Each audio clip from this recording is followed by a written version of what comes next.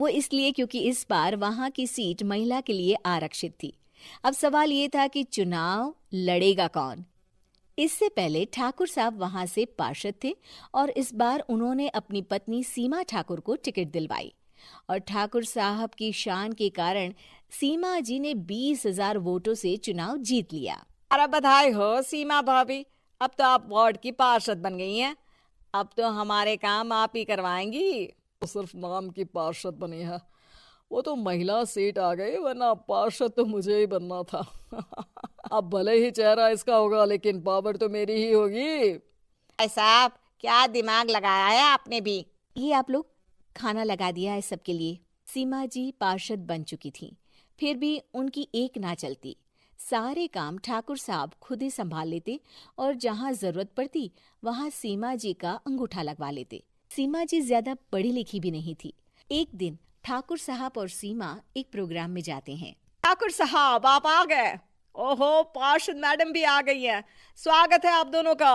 लगता है हमारे पार्षद फंड का सही इस्तेमाल हो रहा है। चलिए अब उद्घाटन करते हैं। लीजिए ठाकुर साहब, कैची, आप ही सबसे पहले प्रवेश कीजिए। सब लोग आगे निकल जाते हैं और सीमा जी पार्षद होने के बावजूद भी पीछे खड़ी रह जाती हैं। वो देखती हैं कि वेलकम बोर्ड पर उनका नाम है, लेकिन महिला होने के कारण कोई उनका सम्मान नहीं कर रहा।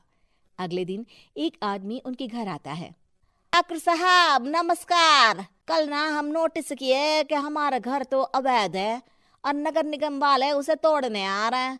अरे कुछ कीजिए ना ठाकुर साहब। देखो भाई, मैं तो ज्यादा कुछ कर नहीं सकता, पर अगर तुम सबकी जेब गर्म कर दो तो कुछ हो सकता है।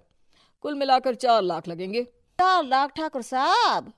भाई मैं अपने लिए नहीं मांग रहा हूँ, दरोगा है, इंजीनियर बाबू है, बड़े साहब है, सबको देना पड़ता है ना थोड़ा थोड़ा। बोलो है मंजूर? अभी वहाँ अचानक सीमा जी आ जाती हैं। आप क्या कर रहे हैं?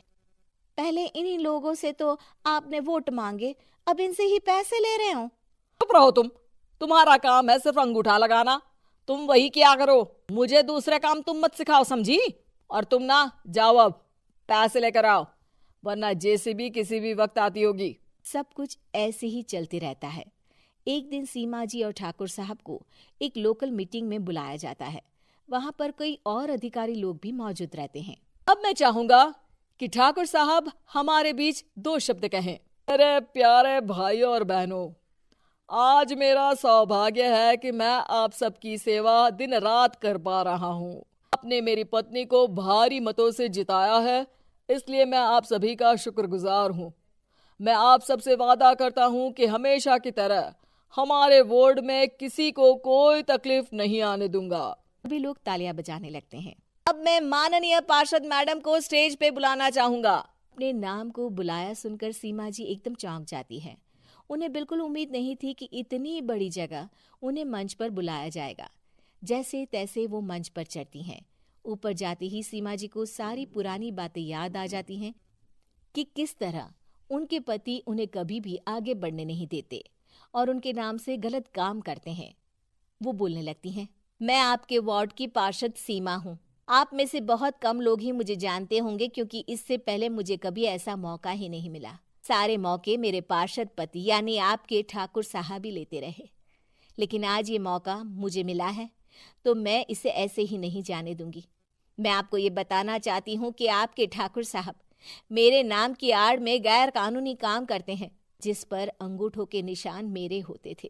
इसीलिए मैं अपनी गलती मानती हूँ और आज अपने पद से इस्तीफा देती हूँ, ताकि आगे से कोई गलत काम ना हो पाए।